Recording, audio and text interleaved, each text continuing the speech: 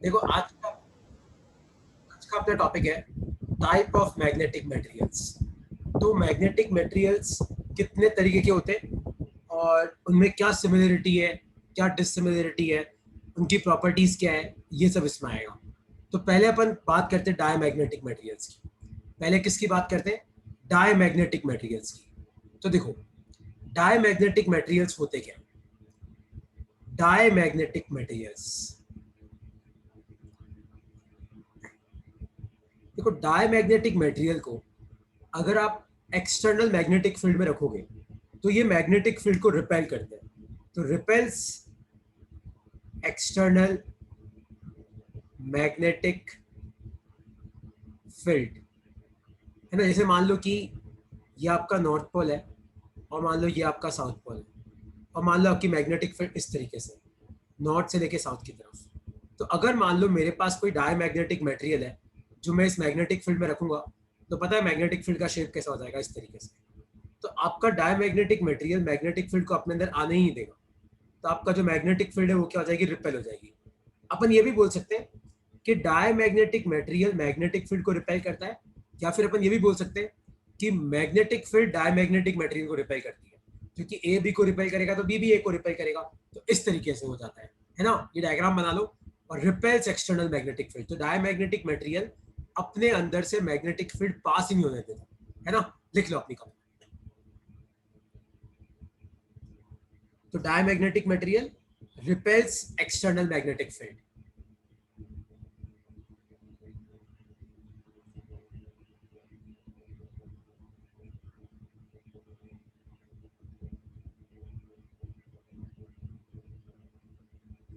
ठीक है। अच्छा, एक चीज याद रखना। अब देखो यहाँ पे क्या क्या लाइन्स लिखी हुई, देखो। This are materials which show a very small decrease in magnetic flux when placed in strong magnetizing field। तो अगर आप डायमैग्नेटिक मटेरियल को मैग्नेटिक फील्ड में रखते हो तो फ्लक्स डिक्रीज होता है। क्योंकि देखो, पहले तो यहां से फ्लक्स था, लेकिन जैसे ही आपने मटेरियल रखा तो यहां से मैग्नेटिक फील्ड लाइन पास होना ही बंद हो गई। तो आपका मैग्नेटिक फ्लक्स क्या करता है? डिक्रीज करता है। तो पहली लाइन तो क्या है कि shows a very small decrease in magnetic flux. फिर तुम्हें इसके एग्जाम्पल याद रखने यार। इसके मोस्ट इंपॉर्टेंट एग्जाम्पल्स में एक है हाइड्रोजन, एक है कॉपर, एक है बिस्मथ, है ना। ये आपके तीन बहुत बड़े एग्जाम्पल है।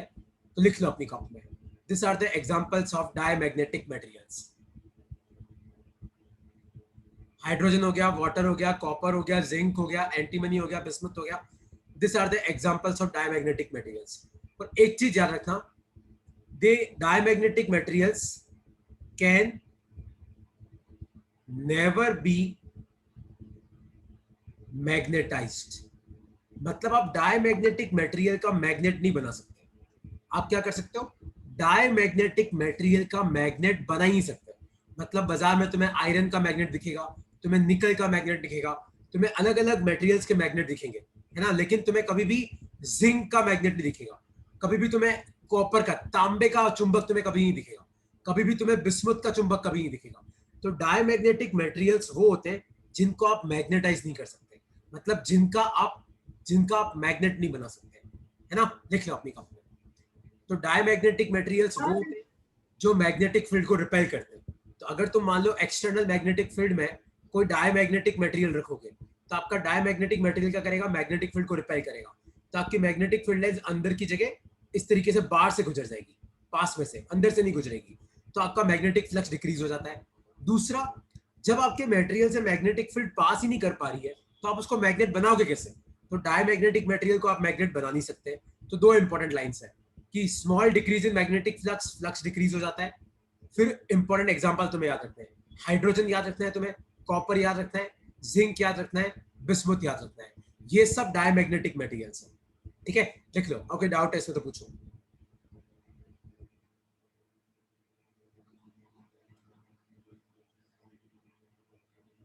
ठीक है, अब देखो सबसे इंपॉर्टेंट लाइन इन डाय, हाँ पूछो। तो पहली इंपॉर्टेंट लाइन है कि in a diamagnetic material the net magnetic movement of an atom is zero. ठीक है, इसका मतलब क्या है? ध्यान से देखना। तो तुम लोगों ने ना एक वो पढ़ा है, स्पिन क्वांटम नंबर, इसके बारे में सुना है? स्पिन क्वांटम नंबर, तुम लोगों ने शायद केमिस्ट्री में पढ़ा होगा, स्पिन क्वांटम नंबर। तो स्पिन क्वांटम नंबर ये बोलता है कि आपके किसी भी ऑर्बिटल में एट मैक्स 2 इलेक्ट्रॉन हो सकते हैं, उन दोनों इलेक्ट्रॉन का स्पिन क्वांटम नंबर अलग होगा। तो एक का प्लस हाफ होगा, तो एक का क्या होगा, माइनस हाफ होगा।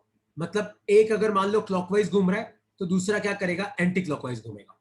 तो डायमैग्नेटिक मटेरियल में पता है क्या होता है, डायमैग्नेटिक मटेरियल में all electrons are paired, all electrons are paired, मतलब कोई भी अनपेयर्ड इलेक्ट्रॉन नहीं है, सारे इलेक्ट्रॉन क्या है, पेयर्ड है। तो मतलब अगर कोई इलेक्ट्रॉन ऐसे घूम रहा है तो इसके लिए एक ना एक इलेक्ट्रॉन ऐसा भी है जो ऐसे घूम रहा होगा, मतलब ये इसका मैग्नेटिक मोमेंट कट कर देगा। तो इसलिए डायमैग्नेटिक मटेरियल का नेट मैग्नेटिक मोमेंट क्या होता है, नेट मैग्नेटिक मोमेंट क्या होता है, जीरो होता है। क्यों जीरो होता है, क्योंकि डायमैग्नेटिक मटेरियल्स में कोई भी अनपेयर्ड इलेक्ट्रॉन नहीं होता। तो यहाँ पे दूसरी लाइन क्या लिखो, इन a diamagnetic material the net magnetic moment of an atom is zero, है ना। तो लिख लो अपनी कॉपी में, तो एक डायमैग्नेटिक मटेरियल में नेट मैग्नेटिक मोमेंट क्या होता है, जीरो। और इसका रीजन क्या है, नो अनपेयर्ड इलेक्ट्रॉन। आपके जितने भी इलेक्ट्रॉन्स है वो उन सबकी क्या हो रखी है, उन सबकी पेयरिंग हो रखी है। लिख लो अपनी कॉपी में, लिख लो।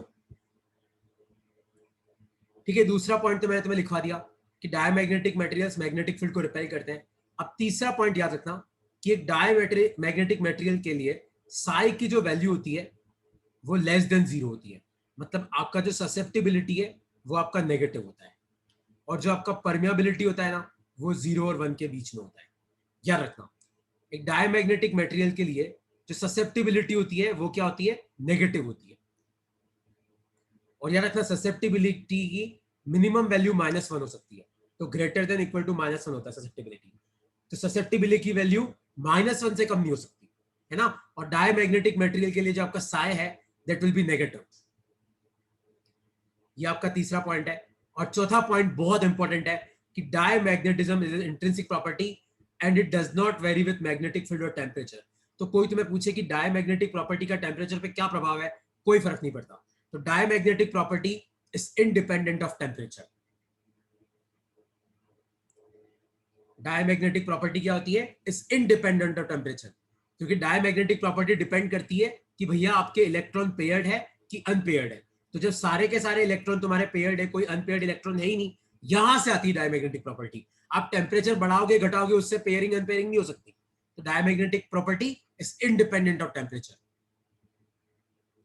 तो ये पूरी स्लाइड तुम्हें याद रखनी है डायमैग्नेटिक मटेरियल्स के बारे में।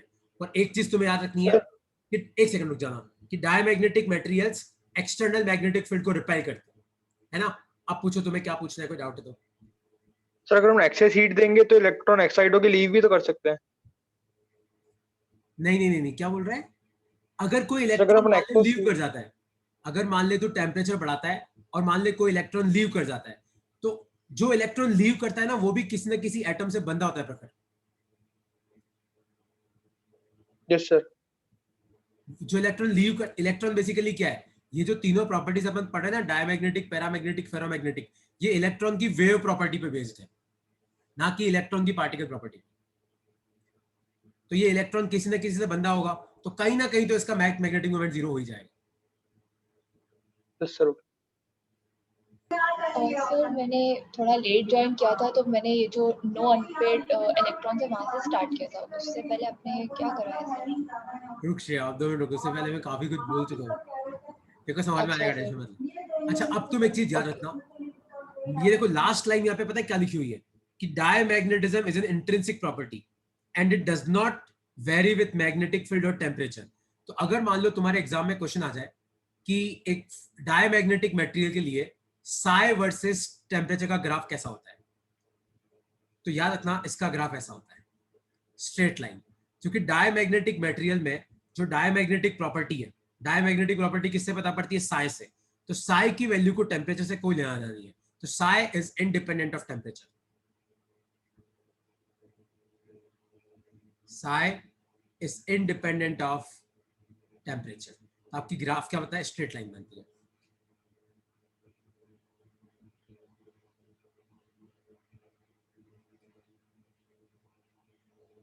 ठीक है। अच्छा, एक और चीज तुम याद रखना, ये जल्दी जल्दी बनाओ यार इसको। ठीक है, एक और चीज तुम्हें क्या याद रखनी है, जैसे मान लो कि तुम्हारे पास ये कोई सपोज करो ये कोई तुम्हारे पास यूट्यूब है, और मान लो कि इसमें कोई डायमैग्नेटिक फ्लूइड भरा हुआ है। मान लो तुम्हारे पास यूट्यूब है और कोई डायमैग्नेटिक फ्लूइड भरा हुआ है।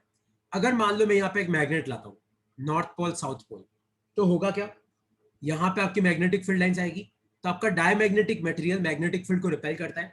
यहाँ पर ऐसे भी बोल सकते हैं कि मैग्नेटिक फील्ड डायमैग्नेटिक मटेरियल को रिपेल करती है। तो पता है क्या होगा, आपका जो डायमैग्नेटिक फ्लूइड है वो इस तरीके से आ जाएगा, नीचे की तरफ रिपेल होकर ऐसे नीचे आ जाएगा, क्योंकि यहाँ पे नॉर्थ पोल है, यहाँ पे साउथ पोल है।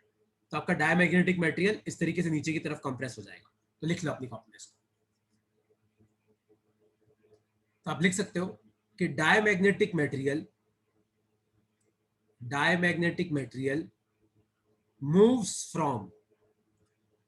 moves from stronger to weaker part of magnetic field, stronger to weaker part of magnetic field। तो डायमैग्नेटिक मटेरियल कहां से कहां मूव करता है, जहां पे मैग्नेटिक फील्ड स्ट्रांग है वहां से वहां मूव कर जाता है जहां पे मैग्नेटिक फील्ड वीक है। तो देखो पहले यहाँ पे स्ट्रांग मैग्नेटिक फील्ड है और यहाँ नीचे वीक मैग्नेटिक फील्ड होगी। तो डायमैग्नेटिक मटेरियल कहां से कहां मूव कर गया, from stronger part of magnetic field to weaker part of magnetic field.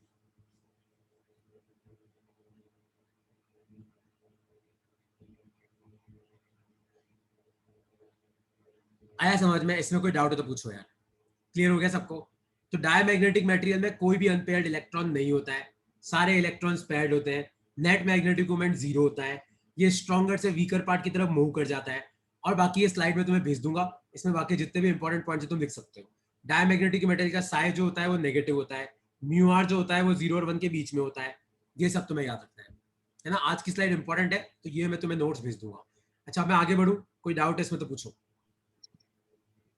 No sir.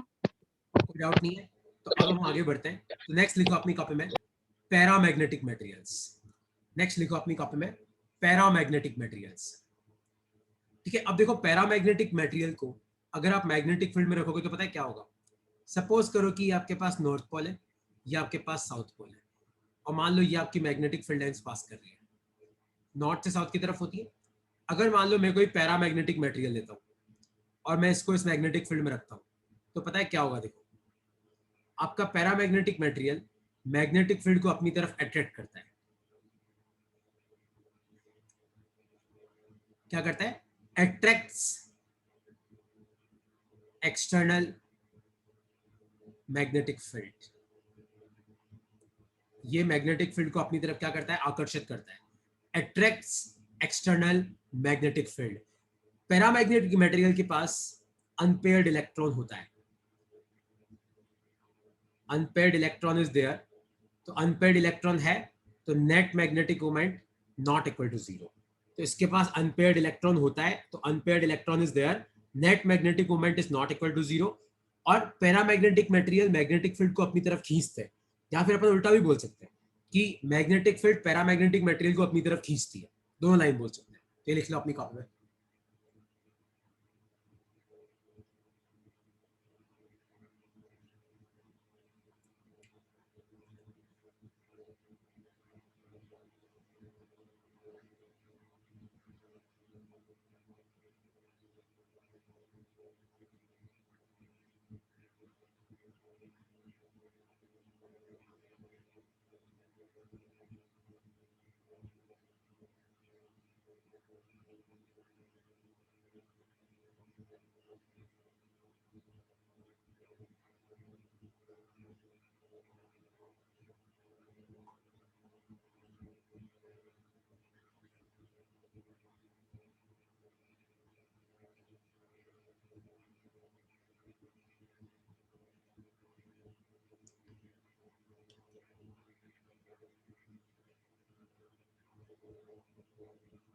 ठीक है, अब तुम ध्यान से सुनो।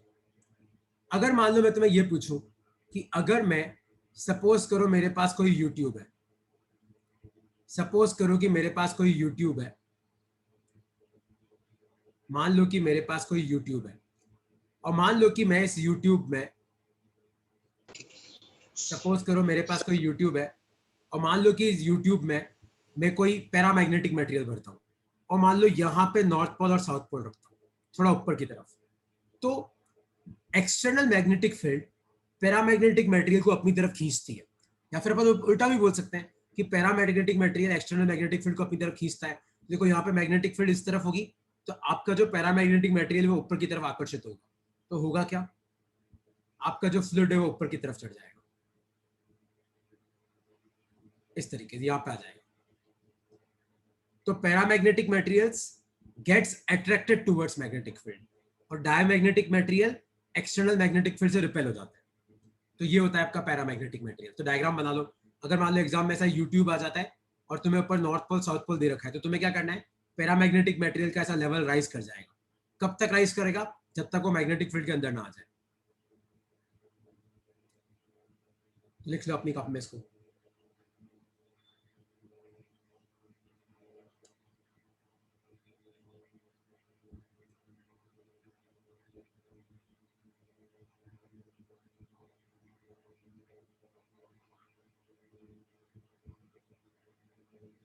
Sir, हाँ, will you तो please मैंने explain? मैंने कम से कम तुम्हें 2-3 बार लिंक भेजा, पता ही तुम्हारे जा ही नहीं रहा था तुम्हारे तक, फिर मैंने वापस अभी भेजा, वो पता नहीं क्यों नहीं जा रहा था तेरे तक यार। एनीवेज मैंने मतलब ऊपर डायमैग्नेटिक करा दिया है, पैरामैग्नेटिक में अब करा रहा हूँ। तो बेसिकली पैरामैग्नेटिक मटेरियल्स वो होते हैं जो मैग्नेटिक फील्ड की तरफ अट्रैक्ट होते हैं। पैरामैग्नेटिक मटेरियल्स के पास एक अनपेयर्ड इलेक्ट्रॉन होता है, तो पैरामैग्नेटिक मटेरियल्स के पास एक अनपेयर्ड इलेक्ट्रॉन होता है, इसलिए उनका जो नेट मैग्नेटिक मोमेंट होता है वो जीरो नहीं होता है ना। क्योंकि अगर सारे इलेक्ट्रॉन्स पेयर्ड है तो इसका मतलब क्या है कि एक इलेक्ट्रॉन अगर तुम्हारा क्लॉकवाइज घूम रहा है तो एक एंटी क्लॉकवाइज घूम रहा है, तो इसका मैग्नेटिक मोमेंट ये कैंसिल कर देगा, तो नेट मैग्नेटिक मोमेंट जीरो हो जाता है। लेकिन पैरामैग्नेटिक मटेरियल्स में आपके पास एक अनपेयर्ड इलेक्ट्रॉन होता है, इसलिए इनका नेट मैग्नेटिक मोमेंट जीरो नहीं होता है ना। तो नेट मैग्नेटिक मोमेंट जीरो नहीं होता है तो होता क्या है कि जैसे ही अपन पैरामैग्नेटिक मटेरियल को मैग्नेटिक फील्ड में रखते हैं तो आपका मटेरियल क्या हो जाता है, मैग्नेटाइज हो जाता है, तो वो मैग्नेटिक फील्ड की तरफ अट्रैक्ट होता है। देखो क्या होता है paramagnetic materials, this are the materials which shows a small increase in magnetic flux when placed in a magnetizing field। तो पैरामैग्नेटिक मटेरियल्स के एग्जांपल याद रखना, ऑक्सीजन, प्लेटिनम, बहुत इंपॉर्टेंट एग्जांपल है platinum, aluminium are examples of paramagnetic materials, है ना। जैसे अगर तुम्हें पता हो तो एल्यूमिनियम की वैलेंसी क्या होती है, Al3+। तो एल्यूमिनियम के आउटर मोस्ट शेल में कितने इलेक्ट्रॉन है, 3 इलेक्ट्रॉन है, तो 3 में से आपके 2 इलेक्ट्रॉन तो पेयर हो गए, लेकिन एक इलेक्ट्रॉन आपका अकेला रह गया। तो इस अनपेयर्ड इलेक्ट्रॉन के कारण आपका एल्यूमिनियम क्या है, एक पैरामैग्नेटिक मटेरियल है। ठीक है, तो देखो पहला स्टेटमेंट क्या है, in a paramagnetic material the net magnetic moment of every atom is non zero, non zero होता है। Paramagnetic materials are feebly attracted in external magnetic field and have a tendency to shift from weaker to the stronger regions of magnetic field. तीसरा तुम याद रखना कि paramagnetic materials का जो साई होता है वो आपका पॉजिटिव होता है और आपका जो म्यूआर होता है वो ग्रेटर देन 1 होता है। ठीक है, तो पहली ये सारी प्रॉपर्टीज लिख लो अपनी कॉपी में कि पैरामैग्नेटिक मटेरियल्स में अनपेयर्ड इलेक्ट्रॉन है, वो वीकर मैग्नेटिक फील्ड से स्ट्रॉन्गर मैग्नेटिक फील्ड की तरफ मूव करता है, उसको आप मैग्नेटाइज कर सकते हो क्योंकि उसमें से आपकी मैग्नेटिक फील्ड लाइंस पास करती है। और इसके एग्जांपल तुम याद रखना, ऑक्सीजन पैरामैग्नेटिक है, हाइड्रोजन डायमैग्नेटिक था, प्लेटिनम पैरामैग्नेटिक है, एल्यूमिनियम पैरामैग्नेटिक है, this all are examples of paramagnetic material. ठीक है, और इसका साई क्या होता है, पॉजिटिव होता है, तो Sai will be greater than 0, तो आपका म्यू आर क्या हो जाएगा, ग्रेटर देन 1, क्योंकि आपका म्यू आर का बेसिकली फॉर्मूला क्या है, 1 प्लस साई।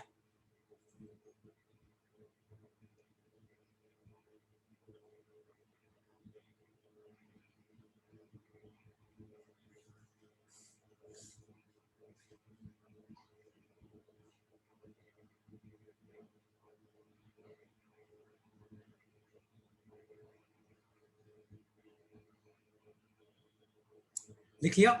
अच्छा, अब एक चीज तुम ध्यान से सुनो, ये स्लाइड में तुम्हें भेज दूंगा, है ना, मैं तुम्हें भेज दूंगा स्लाइड, तो अगर तुम नहीं भी लिख पा रहे हो तो यहाँ से पढ़ लेना। ठीक है, अब एक चीज तुम ध्यान से देखो, तो बेसिकली एक पैरामैग्नेटिक मटेरियल में होता क्या है, सपोज करो कि ये एक पैरामैग्नेटिक मटेरियल है और मान लो कि इंडिविजुअल मैग्नेटिक मोमेंट ऐसे पॉइंट कर रहे हैं, तो जैसे ही आप एक्सटर्नल मैग्नेटिक फील्ड में रखते हो तो होता क्या है कि आपकी एक्सटर्नल मैग्नेटिक फील्ड इन सब पे टॉर्क लगाती है और ये सब एक ही डायरेक्शन में पॉइंट करने लग जाते हैं। तो ये होता है आपका पैरामैग्नेटिक मटेरियल। तो एक्सटर्नल मैग्नेटिक फील्ड की प्रेजेंस में, एक्सटर्नल मैग्नेटिक फील्ड की प्रेजेंस में आपका मटेरियल क्या हो जाता है, मैग्नेटाइज हो जाता है ना।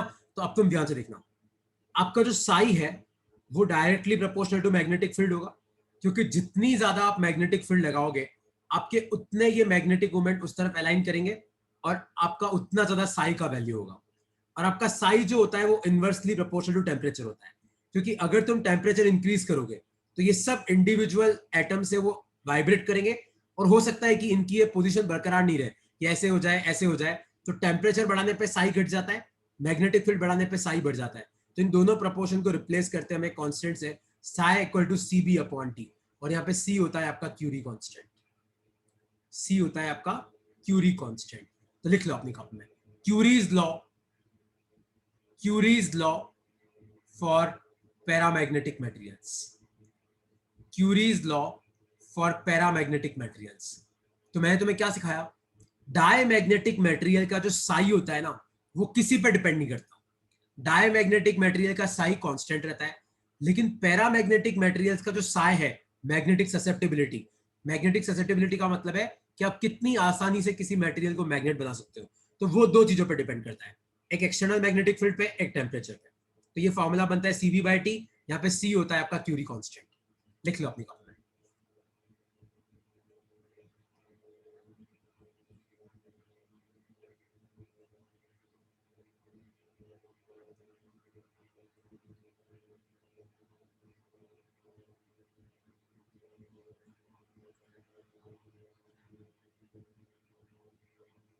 लिख लो, इसमें कोई डाउट है तो तुम पूछ सकते हो।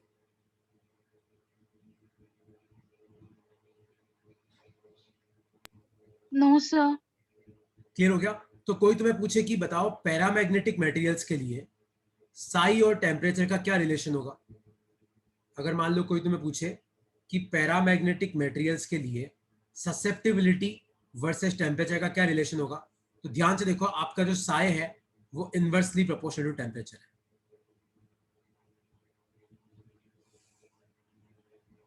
तो टेम्परेचर बढ़ाओगे तो आपका साई घटेगा।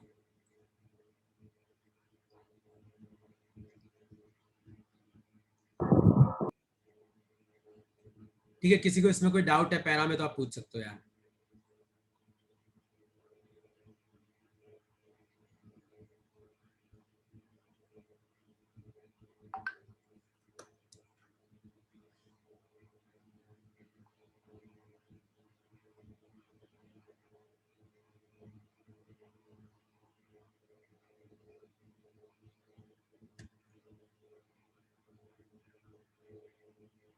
हो गया?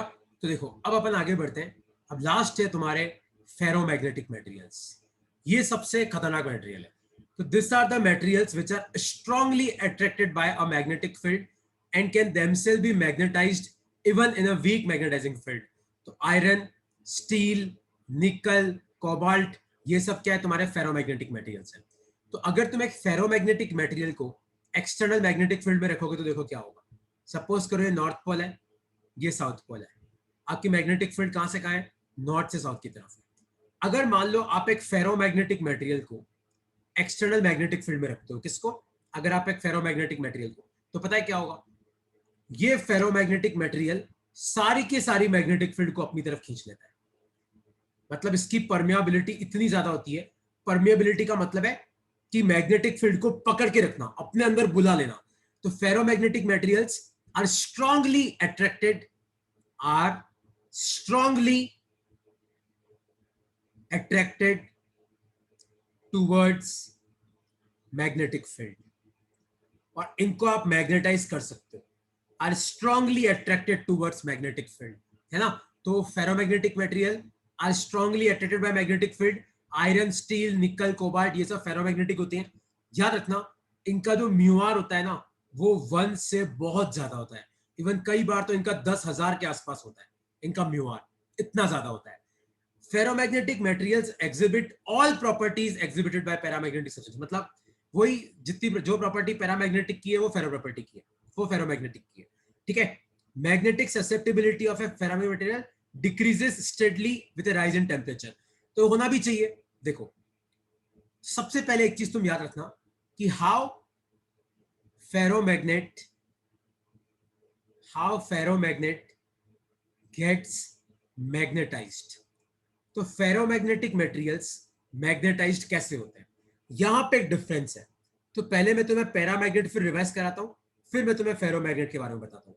तो पैरामैग्नेटिक मटेरियल्स में क्या होते हैं, आपके इंडिविजुअल जो एटम्स है वो इस तरीके से पड़े होते हैं, और जैसे ही आप एक्सटर्नल मैग्नेटिक फील्ड लगाते हो तो ये सारे के सारे जो एटम्स है वो क्या करते हैं, एक ही डायरेक्शन में अलाइन कर जाते हैं। तो इस तरीके से आपका पैरामैग्नेटिक मटेरियल मैग्नेटाइज होता है। लेकिन पता है फेरोमैग्नेट में क्या होता है, फेरोमैग्नेटिक मटेरियल में आपके पहले से ही ऐसे डोमेन्स बने हुए होते हैं। फेरोमैग्नेटिक मटेरियल में क्या होते हैं, पहले से ही आपके इस तरीके के डोमेन्स बने होते हैं। तो जैसे मान लो ये वाले डोमेन में सारे डायपोल पहले से इधर पड़े हुए हैं, मान लो इस वाले में सारे डायपोल पहले से ऐसे पड़े हुए हैं, मान लो इस वाले में सारे डायपोल पहले से ऐसे पड़े हुए हैं, मान लो इस वाले में डायपोल पहले से ऐसे पड़े हुए हैं। तो जैसे ही आप एक्सटर्नल मैग्नेटिक फील्ड लगाते हो तो पता है क्या होता है, ये सब एक ही डायरेक्शन में अलाइन कर जाता है, सब मान लो उधर की तरफ सब। तो पैरामैग्नेटिक मटेरियल में तो हर इंडिविजुअल एटम को घूमना पड़ता है, लेकिन फेरोमैग्नेट में क्या होता है, पहले से ही डोमेन्स बने हुए होते हैं, तो इस पूरे के पूरे डोमेन को एक डायरेक्शन में घूमना होता है। तो फेरोमैग्नेटिक मटेरियल डोमेन के रूप में मैग्नेटाइज होते हैं, पैरामैग्नेटिक मटेरियल एटम्स के रूप में मैग्नेटाइज होते हैं। तो पैरामैग्नेटिक मटेरियल में क्या होता है, इंडिविजुअल एटम आपका अलाइन करता है और आपका मटेरियल मैग्नेट बनता है। फेरोमैग्नेट में पहले से ही छोटे छोटे डोमेन्स मैग्नेट बन के पड़े हुए हैं, जैसे ये अपने आप में एक मैग्नेट है, ये अपने आप में एक मैग्नेट है, ये अपने आप में एक मैग्नेट है। तो जैसे ही आप एक्सटर्नल मैग्नेटिक फील्ड लगाते हो ये सब एक ही डायरेक्शन में अलाइन कर जाते हैं। तो यहाँ पे इंडिविजुअल को घूमने में टाइम लगता है, यहाँ पे डोमेन पूरा एक साथ घूमता है, तो ये जल्दी मैग्नेटाइज हो जाता है। तो इस तरीके से आपका फेरोमैग्नेटिक मटेरियल क्या होता है, मैग्नेटाइज होता है। और यहाँ पे भी देखो सेम कंसेप्ट फॉलो होगा, अगर आप टेम्परेचर बढ़ाओगे तो आपके इंडिविजुअल एटम्स वाइब्रेट करेंगे तो मैग्नेटिक प्रॉपर्टी खत्म हो जाएगी। तो फेरोमैग्नेटिक मटेरियल्स जो होते हैं वो आपका कौन सा लॉ फॉलो करते हैं, वो फॉलो करते हैं क्यूरी वीज लॉ। कौन सा लॉ फॉलो करते हैं, क्यूरी वाइज लॉ। तो पहले अपनी कॉपी में लिख लो CURIEWEISS लॉ। तो ये लॉ क्या बोलता है, देखो कि above a certain temperature the substance loses its ferromagnetic character and begins to behave as paramagnetic substance। तो अगर मान लो कोई फेरोमैग्नेटिक मटेरियल है, अगर आप उसका टेम्परेचर बढ़ाओगे तो एक टेम्परेचर पे वो किस में कन्वर्ट हो जाता है, पैरामैग्नेटिक मटेरियल में कन्वर्ट हो जाता है। और जिस टेम्परेचर पे फेरोमैग्नेटिक पैरामैग्नेटिक में कन्वर्ट होता है उसको बोलते हैं क्यूरी टेम्परेचर। वो कौन सा टेम्परेचर है, क्यूरी टेम्परेचर। तो अबव द क्यूरी टेम्परेचर मतलब अगर आपका टेम्परेचर क्यूरी टेम्परेचर से ज्यादा है, मतलब आपका मटेरियल क्या बन जाता है, आपका मटेरियल पैरामैग्नेटिक मटेरियल बन गया। तो तब आपका साई का फॉर्मूला क्या बनेगा, ये C/T - Tc, where C is a constant और Tc है आपका क्यूरी टेम्परेचर। तो फेरोमैग्नेटिक मटेरियल और पैरामैग्नेटिक मटेरियल में सबसे बड़ा डिफरेंस तो यही है कि पैरामैग्नेटिक मटेरियल में कोई डोमेन नहीं होता है ना, सब एटम अपनी अपनी डायरेक्शन में पड़े होते हैं, आप एक्सटर्नल मैग्नेटिक फील्ड लगाते हो सब अलाइन कर जाते हैं। लेकिन फेरोमैग्नेटिक मटेरियल में क्या होता है, पहले से ही डोमेन बने हुए होते हैं। डोमेन मतलब छोटे छोटे छोटे छोटे पार्ट्स मैग्नेट बने होते हैं, तो जैसे ही आप मैग्नेटिक फील्ड लगाते हो सब एक ही डायरेक्शन में अलाइन होते हैं और मैग्नेट बन जाता है। इस तरीके से होता है। तो ये आपके तीन तरीके के मैग्नेटिक मटेरियल्स हैं, डायमैग्नेटिक, पैरामैग्नेटिक, फेरोमैग्नेटिक। इसमें कोई डाउट है तो पूछ सकते हो। सर आप पूछो। सर हम डायमैग्नेटिक को जब मैग्नेटिक फील्ड में रखेंगे तब क्या होगा? डायमैग्नेटिक को मैग्नेटिज्म में बताता हूँ, वो मैं बताता हूँ। और आपका शायद तेरा ज्वाइन नहीं हो रहा था, इसलिए मैंने ये क्लास शुरू से रिकॉर्ड कर ली थी, तो मैं इसकी रिकॉर्डिंग तुझे यूट्यूब पे भेज दूंगा, है ना। मैंने रिकॉर्ड कर ली थी तो काफी लोगों का ज्वाइन ही नहीं हो पा रहा था इसलिए। Yes sir. डायमैग्नेट को मैग्नेटिक फील्ड में रखेंगे तो क्या होगा, अभी मैं तुम्हें बताता हूँ। और सेम पैरा को रखेंगे तो क्या होगा तो भी बताता हूँ, फेरो का भी बताता हूँ, ठीक है, तीनों बताता हूँ एक डायग्राम में। और याद रखना फेरोमैग्नेटिक क्या फॉलो करता है, क्यूरी वीज लॉ। पैरामैग्नेटिक क्या फॉलो करता है, खाली क्यूरीज लॉ, है ना। याद रखना पैरामैग्नेटिक और फेरोमैग्नेटिक दोनों में आपका साई जो है वो टेम्परेचर पर डिपेंड करता है और इनवर्सली प्रोपोर्शनल होता है। लेकिन डायमैग्नेटिक का जो साई है उसको टेम्परेचर से कोई मतलब नहीं है, वो इंडिपेंडेंट ऑफ टेम्परेचर रहता है।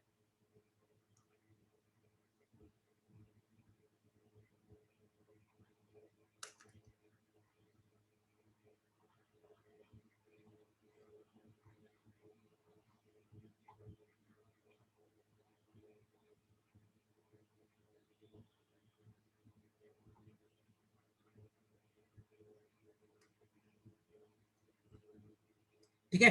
अच्छा, अब अगर मान लो मैं डायमैग्नेटिक, पैरामैग्नेटिक और फेरोमैग्नेटिक को तीनों को मान लो मैं, जैसे मान लो डायमैग्नेट है, मान लो ये पैरामैग्नेट है, मान लो ये फेरोमैग्नेट है, तो पैरा और फेरो में तो क्या होते हैं, पैरा और फेरो को तो आप जैसे फेरो में पहले से ही आपके डोमेन्स बने हुए होते हैं, तो इनको अगर आप एक्सटर्नल मैग्नेटिक फील्ड में रखोगे तो क्या होगा, अगर आपकी मैग्नेटिक फील्ड इधर की तरफ है तो आपके इंडिविजुअल इस तरीके से अलाइन कर जाएंगे। लेकिन डायमैग्नेटिक के साथ एक बड़ी अजीब चीज होती है। देखो डायमैग्नेटिक के साथ क्या होता है, ध्यान से देखना। डायमैग्नेटिक मटेरियल में नो अनपेयर्ड इलेक्ट्रॉन, तो डायमैग्नेटिक में आपका कोई भी अनपेयर्ड इलेक्ट्रॉन नहीं होता है, मतलब सारे इलेक्ट्रॉन्स पेयर्ड है। पैरा और फेरो में क्या होता है, आपका अनपेयर्ड इलेक्ट्रॉन होता है, तो ये जो होता है ये आपका मैग्नेटिक मोमेंट है। तो डायमैग्नेटिक में तो आपका मैग्नेटिक मोमेंट होता ही नहीं है, क्योंकि कोई अनपेयर्ड इलेक्ट्रॉन है ही नहीं, सारे इलेक्ट्रॉन्स पेयर्ड है, तो नेट मैग्नेटिक मोमेंट जीरो हो जाता है। लेकिन डायमैग्नेटिक मटेरियल में एक अजीब सी चीज होती है। वो अजीब सी चीज पता है क्या होती है? देखो, अगर मान लो ये कोई डायमैग्नेटिक मटेरियल का एटम है, तो उसमें एक इलेक्ट्रॉन तो आपका क्लॉकवाइज घूम रहा होगा, एक आपका एंटी क्लॉकवाइज घूम रहा होगा। इसी तरीके से होता है डायमैग्नेट में, मान लो एक इलेक्ट्रॉन आपका क्लॉकवाइज घूम रहा है, तो आपका एक एंटी क्लॉकवाइज घूम रहा होगा। तो जैसे ही आप एक्सटर्नल मैग्नेटिक फील्ड लगाते हो ना, जैसे ही आप क्या करते हो, एक्सटर्नल मैग्नेटिक फील्ड लगाते हो, तो पता है क्या होता है, ध्यान से देखना। आपका जो इलेक्ट्रॉन उसी डायरेक्शन में घूम रहा है जिस डायरेक्शन में आपकी मैग्नेटिक फील्ड है, तो वो तो आपका स्लो डाउन हो जाता है, और जो उल्टा घूम रहा है वो आपका फास्ट हो जाता है। तो बेसिकली होता क्या है कि आपके दो इलेक्ट्रॉन है, एक क्लॉकवाइज घूम रहा है, एक आपका एंटी क्लॉकवाइज घूम रहा है। तो जैसे ही आप एक्सटर्नल मैग्नेटिक फील्ड लगाते हो, तो इनमें से एक स्लो हो जाता है, इनमें से एक फास्ट हो जाता है। तो इसमें एक छोटा सा मैग्नेटिक मोमेंट अपोजिट डायरेक्शन में आता है। तो आपके डायमैग्नेटिक मटेरियल में आपके जो मैग्नेटिक मोमेंट है वो इस तरीके से, अगर मैग्नेटिक फील्ड इधर है तो आपका छोटा सा मैग्नेटिक मोमेंट इस तरीके से पीछे की तरफ इंड्यूस होता है। क्यों इंड्यूस होता है? Due to Lenz law. याद है Lenz law? if you try to increase current through a loop, then if you try to increase magnetic flux through a loop, then current will induce in such a way that it will reduce the magnetic flux. याद है? तो जैसे ही तुम diamagnetic material को magnetic field में रखते हो, तो डायमैग्नेटिक मटेरियल में क्या है, सारे इलेक्ट्रॉन्स पेयर्ड है। तो एक अगर मान लो तुम्हारा क्लॉकवाइज घूम रहा है, मान लो एक एंटी क्लॉकवाइज घूम रहा है, तो इसमें से एक स्लो हो जाएगा, एक फास्ट हो जाएगा। तो यहां पे क्या होगा, एक छोटा सा मैग्नेटिक मोमेंट इंड्यूस होता है जो आपकी एक्सटर्नल मैग्नेटिक फील्ड को रिपेल करता है। तो कोई तुम्हें पूछे कि डायमैग्नेटिक मटेरियल मैग्नेटिक फील्ड को रिपेल क्यों करता है, तो आपको किस पर टिक करना है? लेंज लॉ पर टिक करना है।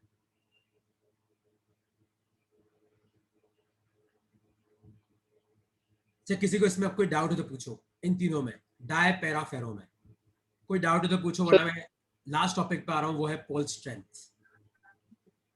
सर आप पूछ, प्रखर क्या हो गया? सर अगर अपन फेरोमैग्नेटिक और डायमैग्नेटिक का अलॉय बना दे तो वो पैरामैग्नेटिक तरह बिहेव करेगा क्या? फेरोमैग्नेटिक और डायमैग्नेटिक का अलॉय कर दे। नहीं नहीं नहीं नहीं, ऐसे मतलब देख है क्या, फिर प्रखर जैसे फेरोमैग्नेट है, तो फेरोमैग्नेट जैसे मान ले तेरा आयरन का बना हुआ है, और जैसे मान ले अपन डायमैग्नेट बात करें, जैसे मान ले कॉपर का बना हुआ है, तो फिर होगा क्या, तेरा जो मटेरियल है ना उसके अंदर भी इंडिविजुअल डोमेन्स होंगे। तो मान ले ये फेरोमैग्नेट का है तो ये तो मैग्नेटिक प्रॉपर्टी शो करेगा, मान ले ये डायमैग्नेट का है तो शो नहीं करेगा। तो इस तरीके से बिहेव करेगा, ऐसे सर्टेन पार्ट शो करेंगे, ऐसा होगा। सर्टेन पार्ट शो करेंगे। ओके। क्योंकि ऐसा तो नहीं कि दोनों कोई मेटालिक बॉन्ड के अलावा आयरन और कॉपर और तो कोई बॉन्ड बना नहीं सकते, खाली इन दोनों के बीच में क्या बन सकता है, एक मेटालिक बॉन्ड बन सकता है ना? तो Yes. इंडिविजुअल प्रॉपर्टी शो करेंगे। अच्छा अब देखो, तो नेक्स्ट टॉपिक लिखो अपनी कॉपी में, पोल स्ट्रेंथ। देखो पोल स्ट्रेंथ क्या होता है। जैसे अगर मान लो तुम्हारे पास कोई मैग्नेट है, मान लो ये नॉर्थ पोल है और मान लो ये साउथ पोल है, ठीक है, मान लो एक तरफ नॉर्थ पोल है एक तरफ साउथ पोल है, तो इस नॉर्थ पोल की स्ट्रेंथ क्या है, साउथ पोल की स्ट्रेंथ क्या है, तो उसको बोलते हैं अपन पोल स्ट्रेंथ, और उसको डिनोट करते हैं अपन m से। और मान लो इन दोनों पोल्स के बीच में दूरी है 2l। तो याद है मैंने एक टॉपिक तुम्हें पढ़ाया था मैग्नेटाइजेशन, तो मैग्नेटाइजेशन को लिख सकते हैं अपन m इंटू 2l के बराबर। तो यहां से आपको मिल जाती है पोल स्ट्रेंथ। तो मैं m होता है मैग्नेटाइजेशन इक्वल टू छोटा m, मतलब m क्या है आपका पोल स्ट्रेंथ, इनटू आ जाएगा 2l। और आपका पोल स्ट्रेंथ का ऐसा यूनिट क्या होता है, वो होता है आपका एम्पियर मीटर। एक बार लिख लो अपनी कॉपी में ऐसा यूनिट और फॉर्मूला लिख लो। तो फिर ये क्लास खत्म होने वाली है, तो मैं तुम्हें एक और लिंक भेज रहा हूँ और उस लिंक से तुम सबको रिजॉइन करना है। तो मैं पोल स्ट्रेंथ करा के फिर आज करीबन 16-17 डाउट्स तुम लोगों ने मुझे भेज रखे हैं, तो वो डाउट्स मैं अभी सॉल्व करूंगा, है ना, पोल स्ट्रेंथ बढ़ाने के बाद। और सबको डाउट्स देखने, क्योंकि वो डाउट्स फ्रिक्शन के भी हैं, किसी के उसमें थर्मोडायनेमिक्स के भी है, तो क्या पता तुम्हारे कुछ फॉर्मूले रिवाइज हो जाएंगे। डाउट सबको देखने, 16-17 डाउट जो भी हैं। एक बार ये क्लास खत्म हो जाए तो मैं तुम्हें सबको वापस लिंक भेज रहा हूँ, तुम रिजॉइन कर लेना सब।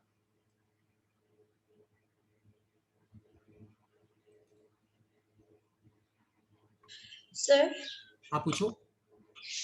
हम साउथ पोल की पोल स्ट्रेंथ माइनस एन लेते हैं ना हाँ, generally? Plus M minus M, sorry, plus M minus M, plus M minus M, correct है।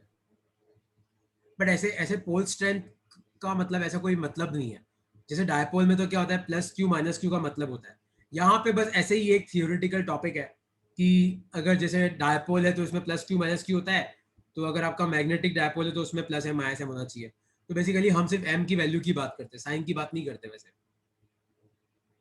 और मैग्नेटाइजेशन का फॉर्मूला याद है, NIA, number of turns into current into area, निया।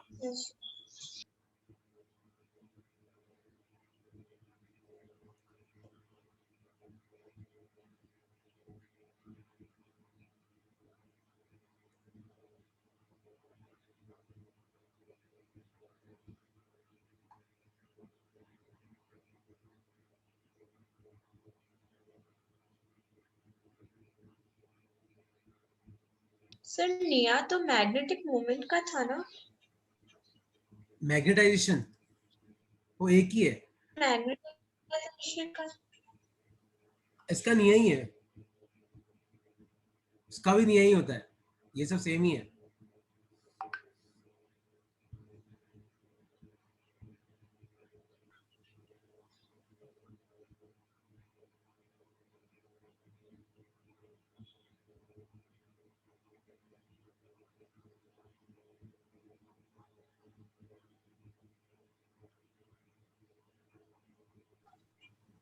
तो मैग्नेटाइजेशन हाँ, ये तो correct magnetic correct moment correct, मैं वर्ड देख के कंफ्यूज हो गया, ये अपॉन वॉल्यूम भी आएगा, ये एक सेकंड, ये आएगा तेरा, 1 सेकंड, ये अपॉन वॉल्यूम हो जाता है, मैग्नेटिक मोमेंट अपॉन वॉल्यूम हो जाता है। एम जो है वो अपना वही है मैग्नेटाइजेशन, ये मैग्नेटिक मोमेंट अपॉन वॉल्यूम हो जाता है।